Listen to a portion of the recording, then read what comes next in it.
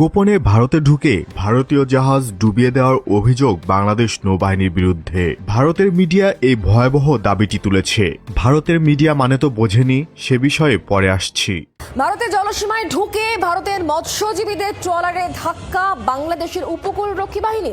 বাংলাদেশি নৌসেনার জাহাজ কাকদ্বীপের মৎস্যজীবীদের ট্রলারকে ধাক্কা মেরে ডুবিয়ে দেয়। দুই দেশের আন্তর্জাতিক জনসীমানার কাছাকাছি ভারতীয় ট্রলারগুলি মাছ ধরছিল। সেই সময় বাংলাদেশের উপকূলরক্ষী বাহিনী জাহাজের আলো নিভিয়ে ওই এলাকায় এসেছিল। জাহাজের ধাক্কায় ট্রলারটি ডুবে গিয়েছে। ভারতীয় জলসীমায় মাছ ধরতে গিয়ে বাংলাদেশি নৌবাহিনীর জাহাজের ধাক্কায় ডুবে গেল ভারতীয় মৎস্যজীবীদের ট্রলার।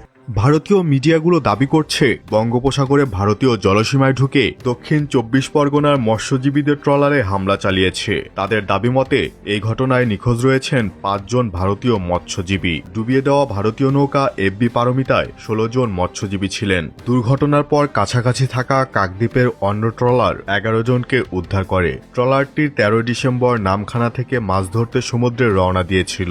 আন্তর্জাতিক জলসীমার কাছে মাছ ধরার সময় বাংলাদেশি নৌবাহিনীর হামলার শিকার হয়েছিল বলে দাবি করছে তারা বলছে বাংলাদেশ নৌবাহিনীর একটি যুদ্ধজাহাজ সরাসরি ভারতের জলসীমায় এসে ধাক্কা মেরে ভারতীয় বোটটি ডুবিয়ে দিয়েছে। তবে এই বিষয়টি পরিষ্কার করেছে আইএসপিআর বাংলাদেশ নৌবাহিনীকে জড়িয়ে ভারতের ট্রলার ডুবি নিয়ে ভিত্তিহীন সংবাদ প্রচার করা হচ্ছে।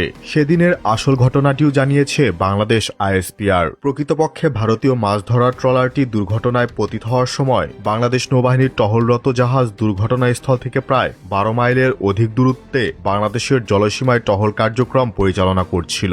১৫ তারিখ সোমবার ভারতীয় কোস্টগার্ডের মেরিটাইম রেস্কিউ কোঅর্ডিনেশন সেন্টার এমআরসিসি থেকে মেরিটাইম রেস্কিউ কোঅর্ডিনেশন সেন্টার ঢাকাকে ইমেইলের মাধ্যমে জানানো হয় যে ইন্ডিয়ান ফিশিং বোট পারমিতা ১০ নামক একটি মাছ ধরার ট্রলার বঙ্গোপসাগরে ভারতীয় জলসীমায় ১৬ জন জেলেসহ ডুবে যায়। ভারতীয় অপর একটি মাছ ধরার ট্রলার রাঘবতী কর্তৃক এ পর্যন্ত পারমিতা ১০-এর ১১ জন জেলেকে উদ্ধার করা হয়েছে এবং বাকি ৫ জন জেলে নিখোঁজ রয়েছে।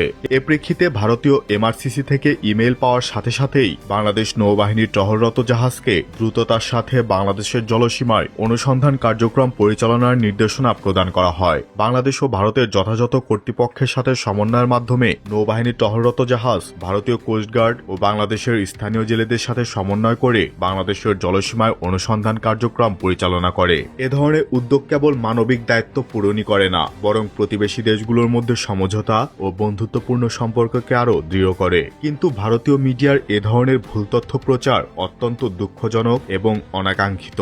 আপনারা জানেন বাংলাদেশ নৌবাহিনী উন্নত প্রশিক্ষণ, আধুনিক সরঞ্জাম ও শৃঙ্খলাবদ্ধ কর্মপরিবেশের মাধ্যমে একটি অত্যন্ত পেশাদার বাহিনী হিসাবে নিজেদেরকে প্রতিষ্ঠিত করেছে। সুতরাং ভারতীয় এই গুজবে কান না দেওয়ার অনুরোধ রইল।